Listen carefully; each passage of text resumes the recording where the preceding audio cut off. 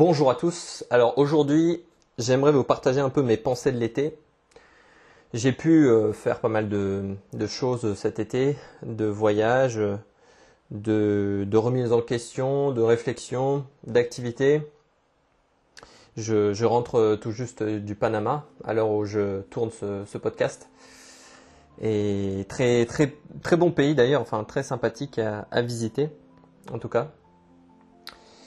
Peut-être que je ferai une vidéo là-dessus, mais je suis pas sûr. Enfin, quoi qu'il en soit, le sujet de la vidéo d'aujourd'hui, c'est tout simplement de vous partager un peu mes pensées de cet été.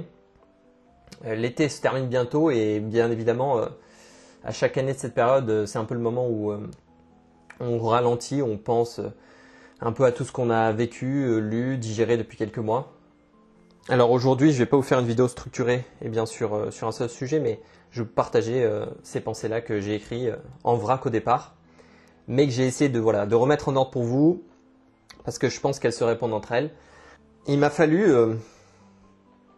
des années pour comprendre ce que je vais vous dire tout de suite, parce que c'est un peu le fil rouge de tout ce qui va suivre, donc de mes pensées que j'ai eues, que j'avais notées récemment, et c'est l'aboutissement aussi de pas mal de travail sur différents sujets qui touchent à la vie, donc le travail, les relations, le fonctionnement du monde.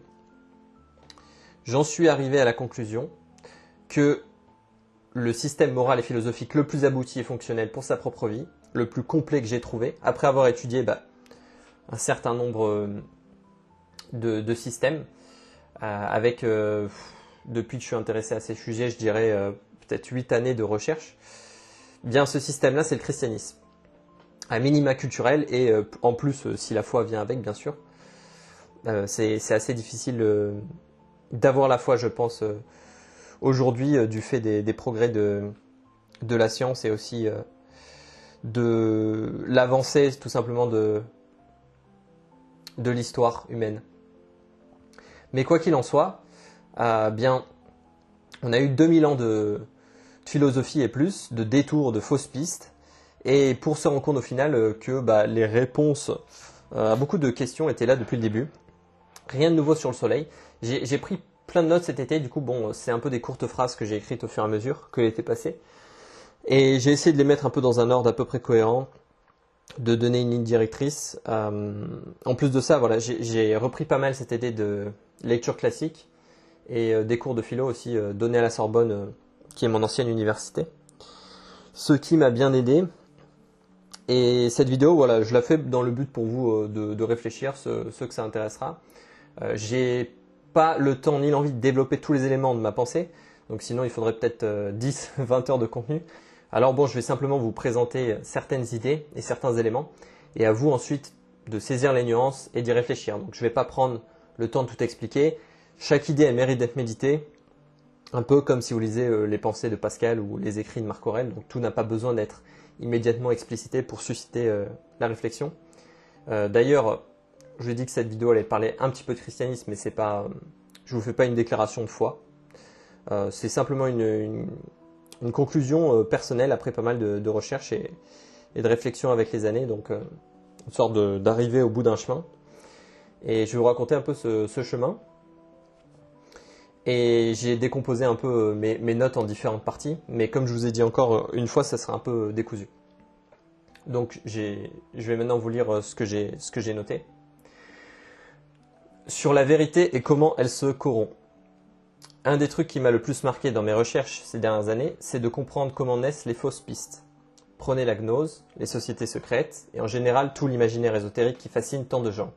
L'erreur logique classique, c'est de penser, par exemple, que Platon, puis les grands philosophes dans l'histoire venus après lui, l'Église, les politiciens, détenaient des secrets et que ces secrets se seraient transmis à travers des sociétés initiatiques.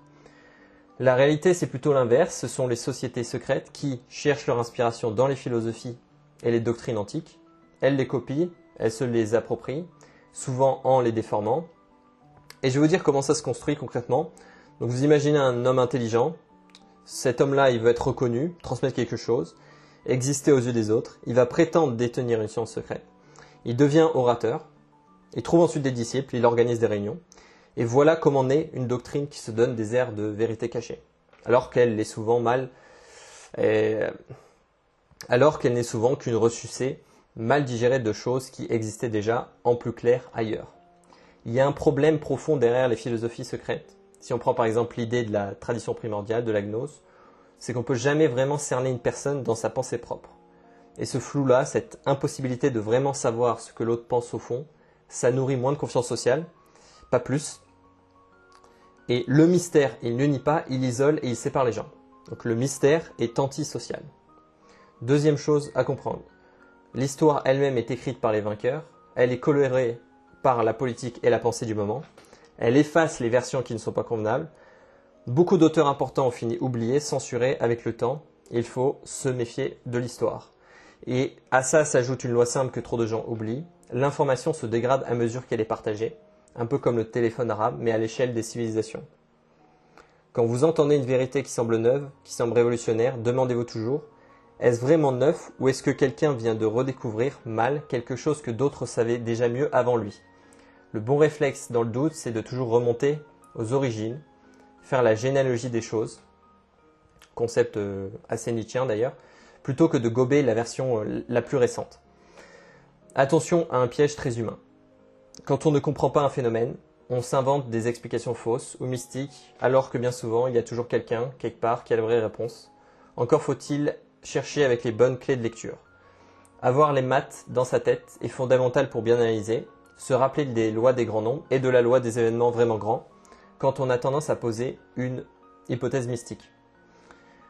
Méfiez-vous du biais de disponibilité qui vous fait croire vraie l'explication la plus facilement accessible à votre esprit et du mécanisme du bouc émissaire qui sert souvent, historiquement, à acheter la paix sociale à bon compte plutôt qu'à dire le vrai. Les deux pentes de l'homme d'aujourd'hui. Il y a une tendance humaine qu'on appelle la loi de la chair. L'individualisme, je suis le centre du monde, la loi du besoin, je consomme, et l'hubris. Vouloir décider moi-même de ce qui est bien et de ce qui est mal. C'est le relativisme. Et tout ça, mis bout à bout, mène droit à la destruction. Rien à voir avec la morale, mais dans un sens très concret. Une vie construite sur ces trois piliers finit toujours par s'effondrer sur elle-même. Face à cet excès, il y a une réaction, un extrême tout aussi dangereux, le communautarisme, la négligence de son propre besoin, l'abandon de soi. Le remède, c'est ni l'un ni l'autre, c'est ce que j'appellerais l'Esprit Saint, au sens propre, au sens chrétien d'ailleurs, c'est le souffle, quelque chose en nous qui résiste aux lois du monde et qui vient les remplacer par autre chose. Les fruits de cet esprit-là, on les connaît depuis longtemps. L'amour, la joie, la paix, la patience, la bonté, la bienveillance, la fidélité, la douceur. Ce n'est pas une liste au hasard, mais un programme de vie. Pour sa vie, au service de sa vie et de celle des autres. Il faut bien comprendre une chose sur la nature elle-même. Elle a horreur du vide. Si vous ne nourrissez pas votre âme de bien, elle va se remplir mécaniquement de mauvaises choses. Ça ne sert à rien de rager contre la nature, contre les choses telles qu'elles sont, parce que c'est leur fonction, leur but dans l'univers, d'être ce qu'elles sont. La colère, elle doit exister, mais elle doit se porter contre un mauvais usage du libre arbitre. Jamais contre les phénomènes naturels, et souvent, il y a même rien à faire contre certaines personnes. Elles existent, la création a voulu d'elles, et leur présence a un sens, même quand il paraît négatif au premier regard. Là, évidemment, je ne dis pas qu'il ne faut pas combattre les méchants au sens propre, mais simplement que toutes les choses existent pour une raison, et que ça ne sert à rien de souffrir de ce simple fait que le monde soit difficile, qu'il y ait beaucoup de souffrance et qu'il y ait du mal. Un peu de philosophie morale. Toute chose tend vers un bien, même faire le mal, c'est encore d'une certaine manière y chercher un bien, même déformé. Tout chez l'homme est en l'homme est fondamentalement raisonnable, si on prend la peine de chercher la logique derrière. Le mal n'est jamais autre chose que l'absence d'un bien. Et le malheur, c'est désintégrer sa propre nature. Sur le libre arbitre. Pour faire des choix vraiment libres, il faut d'abord connaître les choses. La liberté sans connaissance n'est qu'un hasard qui s'ignore. Enracinement et identité. Pourquoi, aujourd'hui, il y a beaucoup, on observe ça, du néopaganisme, de l'astrologie, des religions d'Asie qui ont envahi l'Occident, certaines croyances disparues qui reviennent sous diverses formes. Je crois que c'est un symptôme, le besoin d'enracinement face à la mondialisation, L'homme, il est naturellement religieux, au sens où il a besoin de rituels, de repères stables, de quelque chose qui le dépasse et qui l'ancre en même temps. Quelque chose qui compte pour moi, mon peuple, ce qui fait la beauté, le bien, la justice, ce qui rend la vie belle, la culture occidentale, la liberté de choisir sa voie, de pouvoir se développer, et bien tout cela ne pourra survivre qu'en s'appuyant sur la pensée qui fait deux choses en même temps. Premièrement, celle qui promeut la vie, la procréation, la transmission, et celle qui invite à garder son identité. Donc pas en se fermant au monde, mais en se protégeant, son territoire, ses droits du citoyen, etc. Sur la France, il faut l'aimer, ses femmes, son histoire, tout d'elle. Si elle disparaît, c'est quelque chose d'essentiel qui se perd pour l'humanité entière, pas seulement pour les Français. À ce titre, j'ai noté aussi, on devrait tous plus aimer nos semblables.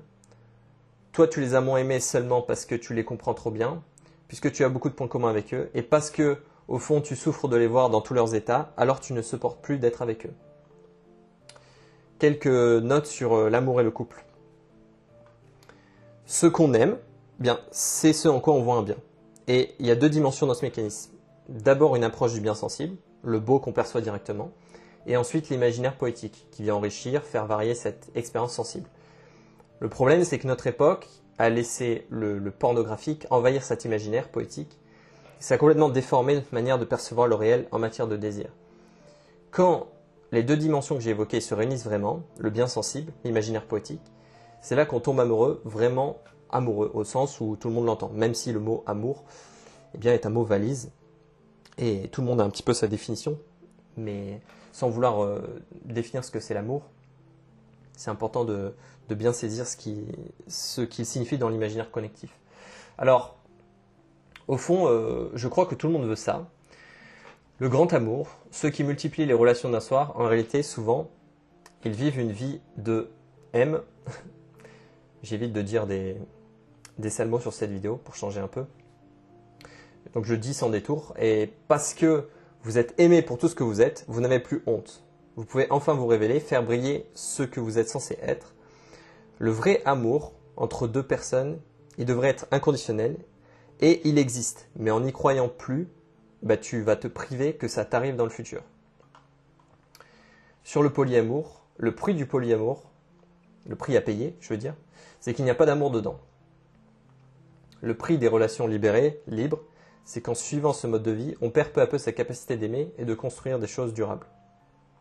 Alors attention à une tentation aussi, quand on a été déçu, celle de renoncer à l'amour, de se dire que c'est nul, que ça ne sert à rien, c'est une très mauvaise idée. Parce qu'on crée aussi la réalité par les idées qu'on porte. Si vous convainquez le monde entier et vous-même eh bien, que le monde est un enfer, que l'amour n'existe pas, que les hommes ou les femmes sont comme ci, comme ça, vous entrez dans une forme de prophétie autoréalisatrice, vous cessez d'observer le réel tel qu'il est pour ne plus voir que ce que votre amertume a décidé d'y voir à l'avance. Sur l'attirance d'ailleurs, il faut être lucide sur deux niveaux différents. On a tendance à être attiré par ce qui nous ressemble, mais cela peut être trompeur parce que la forme de ce qui est érigé comme désirable dans notre société finit, avec le temps, par attirer tout le monde de la même manière. Il faut savoir distinguer ce qui vient vraiment de nous et de ce que la société a mis dans votre tête à votre insu. Une relation vise, historiquement, la continuation d'une société. Le couple est la base de toute société. Et la plupart d'une relation de couple, c'est la discussion. Donc il faut trouver quelqu'un qui vous correspond non seulement physiquement, mais intellectuellement. Ce qui va totalement à l'encontre de la doxa actuelle qui réduit les humains à des corps, à des objets sociaux. Une relation ne fonctionne pas sans cette alchimie intellectuelle. Si je devais résumer l'objectif de vie le plus basique, le plus fondamental, une femme, des enfants, un mariage, et rester autant que possible dans son milieu social avec des gens qui partagent vos codes. Non pas par snobisme, mais parce que c'est très concrètement ce qui fait qu'une relation dure et fonctionne dans le temps. Et d'ailleurs, à ce titre, comme disent certains protestants, stay in your lane. Se connaître soi-même. Je vais vous partager une petite astuce simple si vous posez des questions sur qui vous êtes. J'aimerais dire qu'en fait, on devient ce qu'on lit, ce qu'on consomme. Bref, ce à quoi on est exposé nous transforme petit à petit en quelque chose. Et le seul vrai moyen d'apprendre sur soi, c'est de s'observer, de passer du temps en silence, en coupant toutes les influences extérieures. Et c'est très dur, pesant pour la conscience. Mais c'est seulement ainsi qu'on trouve des réponses. Pascal disait en une phrase qui résume tout, Tout le malheur des hommes vient d'une chose, c'est de ne pas savoir demeurer en repos dans une chambre. Il y a une incompréhension fondamentale dans nos sociétés sur ce qu'est l'introspection. On pense que c'est se découvrir, comprendre qui on est, comme si c'était caché quelque part. Mais en réalité, tout est déjà sous nos yeux. On sait très bien qui on est, d'où on vient, notre finalité. Le vrai problème, c'est pas du tout l'ignorance, c'est qu'on n'accepte pas la réalité. Par manque d'amour-propre, on ne veut pas être qui on est. On veut devenir quelqu'un d'autre. C'est une erreur. Parce qu'aller au bout de son propre chemin, celui qui a été fait pour soi, c'est infiniment plus épanouissant que d'essayer d'être qui on n'est pas pour plaire ou se conformer. La culture est le premier rempart contre le fait de se perdre. Pour bien se connaître, il faut aussi comprendre les concepts par leur définition originelle, historique, pas par les nouvelles définitions qui les ont trompeusement pervertis avec le temps. Il y a 3 vertus de l'intellect qu'on gagnerait à retravailler, vertu de science, la sagesse et l'intelligence des principes.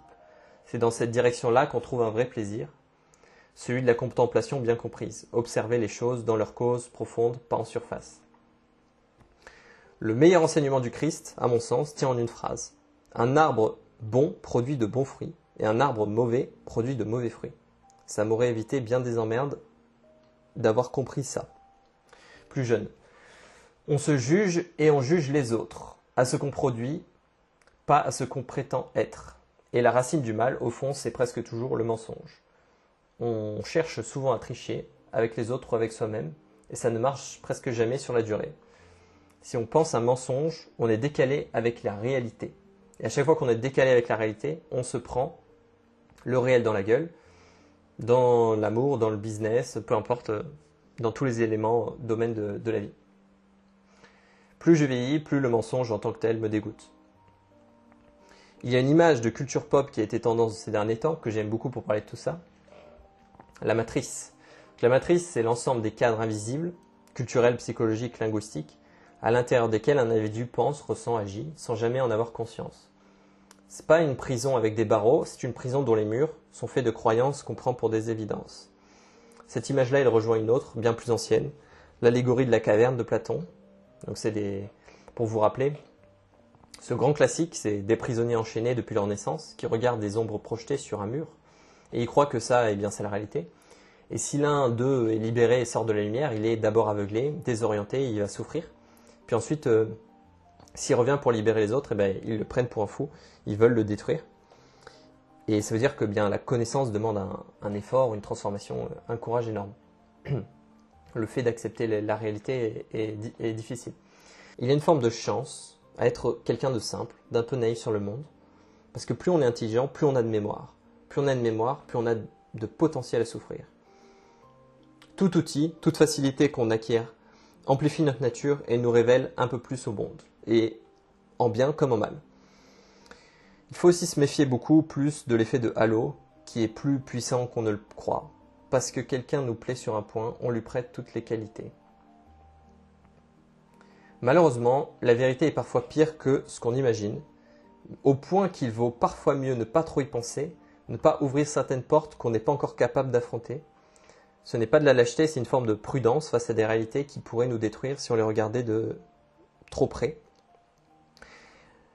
Et ce qui résonne en nous, ce qui nous parle instinctivement, n'est d'ailleurs pas toujours vrai pour autant. Ça peut être tout à fait un leurre. Il y a une des peurs les plus fondamentales de l'homme, la peur d'être vu, d'être compris totalement, d'être réduit à une explication. Et pourtant, celui qui accepte de montrer son vrai visage, de lever le masque, d'accepter qui il est sans avoir peur de se dévoiler, et de le dévoiler, ce masque, il est dans le vrai. Et par là, il augmente la liberté de ceux qu'il côtoie, de ceux qu'ils connaissent, parce qu'ils sont enfin en mesure de le comprendre vraiment.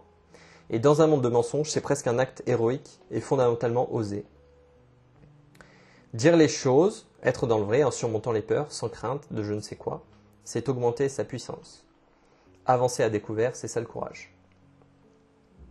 Avec un peu de tristesse, mais sans mépris. La majorité des gens, une fois qu'on les regarde vraiment, font de la peine. Et plus on avance sur le chemin de lucidité, plus il devient difficile de passer du temps avec eux, pas parce qu'on les juge, mais parce que les différences créent une forme de solitude. C'est un des prix à payer pour qui cherche le vrai.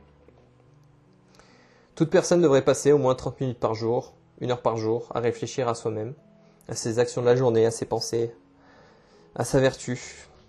En somme, qu'est-ce qu'on a branlé en fait? Une sorte d'examen de conscience quotidien, très régulier, qui permet d'ajuster constamment ses trajectoires. Parce que sinon, on finit par se faire happer sans s'en rendre compte. Vivre en vérité et vivre avec urgence. Toute personne qui a du pouvoir sera un jour tentée d'en abuser. Et le pouvoir, ce n'est pas seulement l'argent ou l'autorité, mais c'est un décalage, c'est un avantage, une intelligence, une information que les autres n'ont pas, une maturité qu'ils n'ont pas encore. Avec ce décalage vient toujours la tentation d'en abuser et de faire du mal avec. Il faut en avoir conscience. Le pouvoir implique la responsabilité. Les vraies richesses, ce sont celles qu'on ne peut pas récupérer une fois perdues. Donc, le temps est la plus grande des richesses. Une personne est une grande richesse. Parce qu'une personne est unique, elle n'est pas remplaçable. Et penser le contraire, c'est une pensée moderne, utilitariste, qui nous fait perdre quelque chose d'essentiel. Sur le libre arbitre, encore, c'est une question qui m'a longtemps tourmenté. J'ai vraiment beaucoup réfléchi à ça, en me demandant vraiment s'il existe ou pas. Parce que c'est pas une question si évidente que ça. Et je pense que j'y crois en fait. Je pense que c'est... Après de longues années, j'ai fini par accepter l'idée que c'était une idée convaincante, le fait que le libre arbitre existe. Je pense que certains philosophes l'ont assez bien démontré, de manière convaincante. Thomas d'Aquin notamment. Un principe à retenir, la cause et la finalité sont la même chose. Ça, c'est génial. C'est génial de comprendre ça. C'est-à-dire, l'essence d'une chose, c'est sa finalité. Si on retire la finalité d'une chose, on perd la rationalité de cette chose. La cause finale réalise notre nature. Faire le bien, c'est se réaliser. Le malheur désintègre, le bien intègre. Ne jamais oublier une chose très simple. Presque trop simple pour qu'on y pense vraiment. Le temps passe beaucoup trop vite. On va tous mourir. Ce n'est pas une pensée morbide, c'est au contraire, une fois qu'on a intégré ça, ce qui permet de mieux agir. C'est cette conscience-là de la mort qui doit nous pousser à ne pas remettre à plus tard ce qui compte vraiment. C'est pour ça que parfois, je crois qu'il faut accélérer le destin.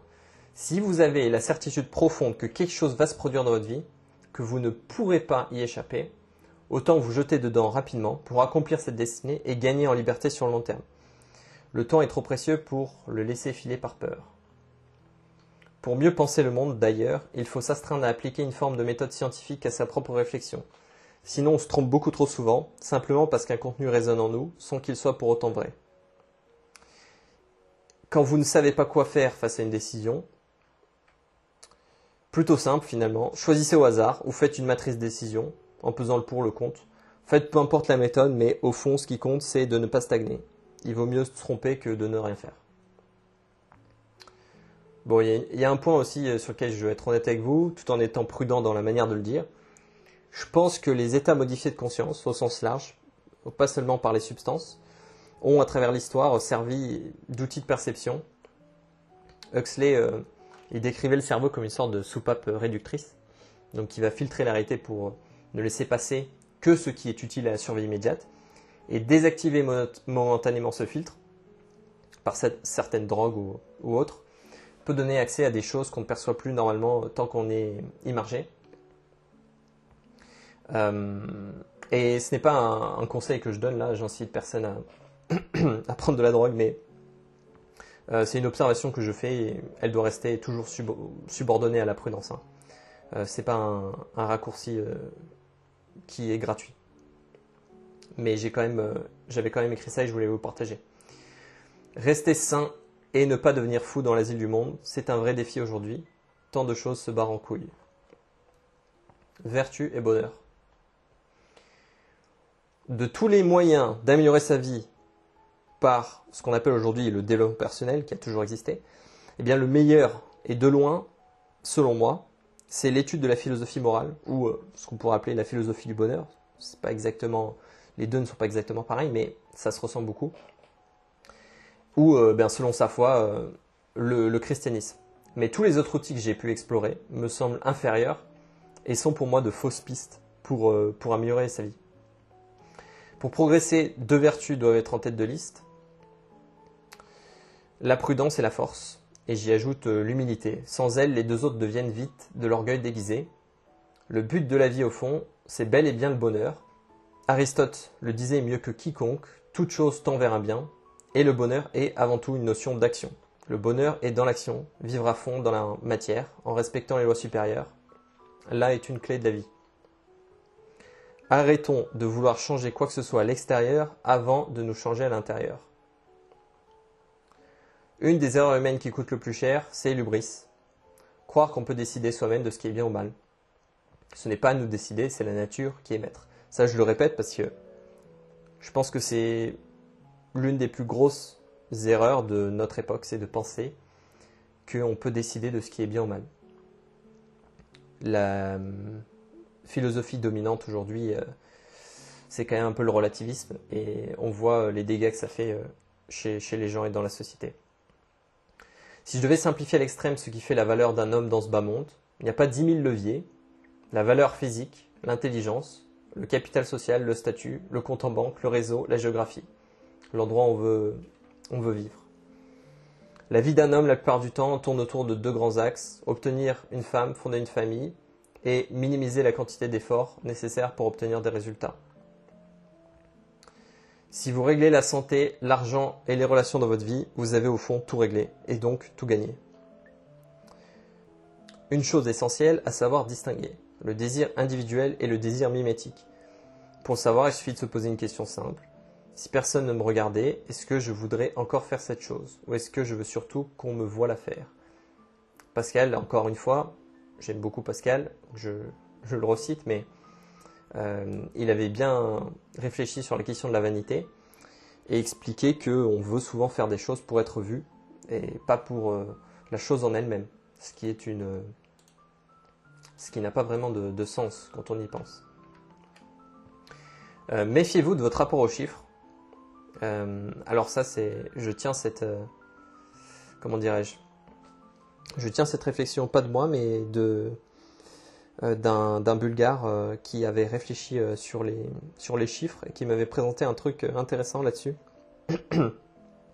Ce que j'ai mis, c'est en gros, les chiffres ont tendance à nous induire en erreur bien plus qu'on ne le pense. Il faut apprendre à penser en probabilité, à développer son intuition des futurs possibles, plutôt que de se fier à des chiffres bruts qui racontent rarement toute l'histoire. Revenir aux mathématiques dès que possible. Être mauvais en maths, c'est souvent être mauvais en logique. Il y a 5 dimensions dans une vie, le couple, la famille, le travail, les amis, les loisirs. J'ai pas mis ça dans un ordre d'importance, tout est important. On ne peut pas les mener tout à 100% en même temps. Donc évidemment, avoir une vie équilibrée est en fait assez difficile. Et on est toujours obligé de faire des compromis à certains moments sur certaines de ces dimensions. C'est pas un échec, c'est une loi de la vie. Avoir du bon cœur, redevenir bon, ça va redevenir à la mode, je pense. Ça va reprendre de la valeur dans ce monde sans fidélité. Une chose sur la liberté elle-même, parce qu'elle a un prix qu'on oublie souvent. Si tant de gens restent enfermés dans des schémas qui ne leur correspondent pas, ce n'est pas toujours par ignorance. Erich Fromm l'avait bien montré d'ailleurs. La liberté totale, la responsabilité totale qui va avec, c'est en réalité insupportable pour beaucoup de gens. On préfère souvent la cage connue au vertige de la liberté réelle. Et le comprendre, ça, c'est pas mépriser les autres, mais c'est comprendre vraiment pourquoi le chemin est difficile et pourquoi tant de gens abandonnent. Alors, bon, je vous le disais en ouverture, le fil rouge un peu de cette vidéo, c'était le christianisme, même si ça ne paraît pas comme ça en premier abord. Mais pour moi, le système chrétien est quand même le plus abouti. Et je n'ai pas vraiment parlé de ça en détail dans cette vidéo, mais si vous observez bien, quand même, beaucoup de choses que j'ai écrites et ce que je vous ai partagé, ça rejoint la philosophie chrétienne. Et je veux un peu aller plus loin pour finir. Et pour dire que presque tout dans une vie, en fait, finit par tourner autour de cette question-là, d'une manière ou d'une autre. Ceux qui combattent Dieu, si vous regardez les gens qui sont un peu, qui vraiment sont anti-religieux ou en tout cas combattent l'idée du monde spirituel ou qui ont une vision complètement nouvelle de comment fonctionne le monde, en réalité, ils combattent avant tout le Dieu des chrétiens, spécifiquement. Et c'est pas une vision occidentalo-centrée et du fait que je suis né dans une culture qui a perdu un peu de sa chrétienté, mais qui est quand même chrétienne à l'origine. Voilà, le passé catho d'une société laïque a quand même son importance pour quand quelqu'un se construit. Mais ce que je veux dire, c'est que le monde entier, aujourd'hui encore, qui reste construit sur cette base, en fait. Donc, qu'on l'admette ou non, consciemment ou non, cette question est fondamentale, en fait, dans la compréhension du monde. Se concentrer vraiment sur la réalité demande de rejeter les mythes modernes qui sont complètement déconnectés du réel. En particulier, si on est français, on a subi tout un tas de mythes qu'on nous a appris qui sont faux. Par exemple, le mythe de l'égalité. On prend souvent pour un fait alors que c'est un projet, une aspiration, mais pas une description du monde tel qu'il est. Les émotions sont des signaux, des indicateurs réels, internes. Elles me disent que telle ou telle chose me fait sentir d'une certaine manière, mais elles n'indiquent en rien la réalité objective du monde. Cela dit, séparer complètement le rationnel de l'émotionnel n'a de sens que depuis très récemment, historiquement parlant. Les anciens ne pensaient pas qu'on pouvait vraiment séparer les deux, et je crois qu'ils avaient sur ce point raison. Ce que j'ai annoncé là n'est pas paradoxal, si vous y réfléchissez bien.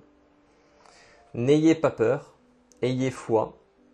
Le pardon, c'est l'amour du prochain mis en pratique pour faire face aux douleurs de la vie. On pardonne pour être pardonné, on accepte pour être accepté. La vraie spiritualité n'a rien de superstitieux. Elle est au contraire l'application de la raison sur le réel. Elle cherche la vérité, pas les croyances étranges qui la fuient. Le monde, il faut le dire clairement, est prédateur. Il peut être vicieux, il peut être parfois franchement mauvais. Tout ou presque semble organisé pour vous faire trébucher. Les industries, les politiques, les États cherchent souvent à vous manipuler pour vous prendre votre pognon. Mais heureusement, il y a la lumière, et il y a de la lumière. Peu parfois, c'est vrai, mais elle existe toujours. Et il faut garder en tête précisément dans les moments où on la voit le moins. On voit le moins cette lumière, cette existence du bien. Ne jamais oublier ça. Il faut construire ce que j'aime appeler, je préfère en anglais, mais le paradis terrestre, donc Heaven on Earth. C'est fondamental d'avoir cet idéal, même si la Terre est dans un sale état. Les causes profondes de l'histoire sont eschatologiques. Si on ne connaît pas l'eschatologie, on ne comprend pas l'histoire. Plus je grandis et plus je comprends le christianisme, plus je suis persuadé qu'il porte en lui un grand bien. Le réel, la vérité, existent. Il faut les chercher. Le relativisme, très sincèrement, ne mène nulle part. L'enfer, comme Dante l'a bien expliqué d'ailleurs, j'aime beaucoup la Divine Comédie, on s'y envoie soi-même par son vice. Ça veut dire qu'on n'est pas puni pour son péché, mais on est puni par son péché. Hors du champ de la science, je ne crois pas qu'il y ait grand-chose de nouveau à découvrir. La philosophie, les idées, tout ça a déjà été pensé. C'est du dit, du redit, du recyclé. Même tout ce que je vous dis là, en fait, il n'y a rien de neuf. Hein. Simplement, je partage un peu de sagesse et de connaissances, mais moi, j'ai absolument rien inventé. Et d'ailleurs, tous les penseurs, depuis quand même, je pense, quelques siècles, n'ont rien inventé du tout, en termes d'idées, hein. ou très à la marge. Voilà. Il y a quelques idées nouvelles qui sortent à chaque fois, mais c'est peanuts. Le christianisme reste, à mes yeux, le système le moins irrationnel de tous. Ne perdez pas votre temps avec de la mauvaise philosophie et tout ce qui va avec. Fuir les gens qui vivent constamment dans le mensonge, consciemment, à eux-mêmes et aux autres, ils sont dangereux. Autre point sur le christianisme, je me méfie de plus en plus des gens qui crachent sur le Christ, sur l'idéal chrétien. Ceux-là ont des choses souvent graves à se reprocher et n'ont plus de boussole morale. Aussi ceux qui critiquent les croyances des autres en les trouvant débiles, alors qu'eux-mêmes croient un tas de conneries. Ça, c'est la bonne blague, quoi. Sur la question du savoir, demandez-vous toujours si ce que vous tenez pour vrai est une certitude ou une croyance. Ça permet d'ajuster en permanence sa relation avec la vérité. Et méfiez-vous du biais de confirmation, car j'ai découvert ça il n'y a pas longtemps d'ailleurs. La psychologie, des études en psycho ont montré qu'en fait, le biais de confirmation est plus puissant chez les gens intelligents. Parce que, on trouve de meilleurs arguments pour se convaincre de ce qu'on croit être vrai. Faites confiance aux experts sur les sujets qui les concernent et apprenez à reconnaître qui mérite vraiment cette confiance. Parce que, soyons honnêtes, le niveau d'éducation générale reste faible et beaucoup de gens sont prêts à croire à peu près n'importe quoi. C'est pas du mépris que je vous dis là, mais c'est un simple constat qui doit surtout vous pousser, vous, à faire l'effort contraire. Rappelez-vous, malgré tout, que tout ce que je viens de dire sur le monde et ses dangers, que nous sommes libres. Rien n'est jamais écrit complètement d'avance. À ce titre, eh bien, les accidents historiques sont extrêmement fréquents. Exemple, le capitalisme financier, le système mondial dans lequel on se trouve, est avant tout un accident. Une succession d'événements historiques qui ont fait qu'on en est arrivé là. Et d'ailleurs, j'ai pas noté tout ça, mais juste petite réflexion qui me vient à l'esprit. Il y a un peu de vision du monde sur la question de comment il s'organise et comment l'histoire avance. Est-ce que l'histoire est pilotée en fait par certaines élites qui veulent amener le monde vers un certain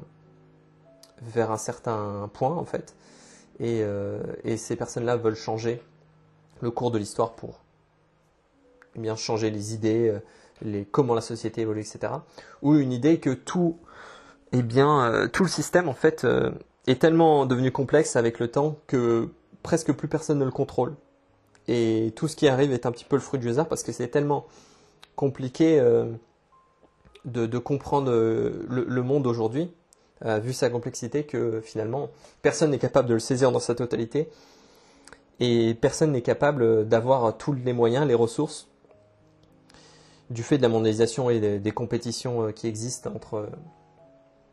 entre élites, à donner une direction. Je pense que la vérité est un peu entre les deux.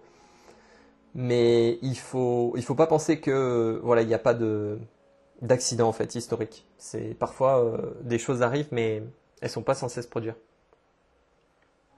Juste du hasard. L'argent n'est qu'un moyen, jamais une fin en soi. Si vous en faites une fin, vous devenez, au sens propre, quelqu'un de diminué. Et pour finir, je vais vous dire une dernière chose à vous qui m'écoutez. Peu importe qui vous êtes, vous n'êtes jamais inutile. Il y a toujours quelque chose qui fait que votre existence a de la valeur. Ça, même si vous l'oubliez, à n'importe quel âge, ça peut arriver d'avoir des phases où on ne se sent pas bien par rapport à ça. Et il faut savoir que, par exemple, les envies de suicide sont beaucoup plus fréquentes qu'on le pense dans la société. Il y a vraiment beaucoup de gens en fait qui pensent au suicide ou qui ont des pensées noires. Et le fait de se rappeler toujours qu'on a une forme d'utilité, même si on ne l'aperçoit pas, eh bien c'est important pour garder le moral en fait. D'ailleurs, même si on oublie ça, ça veut pas dire que effectivement on n'est pas utile, parce que ça peut être un matin, votre mère se lève, elle pense à vous et puis ça lui donne de la force, ou un jour vous dites bonjour à un inconnu, vous lui faites un sourire ou quoi. Vous allez oublier ça, mais peut-être que cette personne-là va pas oublier, que ça va refaire sa journée. Vous avez donné de l'utilité par une simple action. Et la preuve de ça, c'est que personnellement, j'ai des souvenirs très précis de gens que j'ai croisés. Parfois, j'y repense, alors que probablement, ils ne pensent jamais à moi. Donc voilà, rappelez-vous ça pour terminer. Voici un peu mes pensées de l'été, ce que j'avais noté. Donc prenez un peu ce qui vous parle, laissez tout le reste, et puis surtout, allez vivre. Allez, à la prochaine.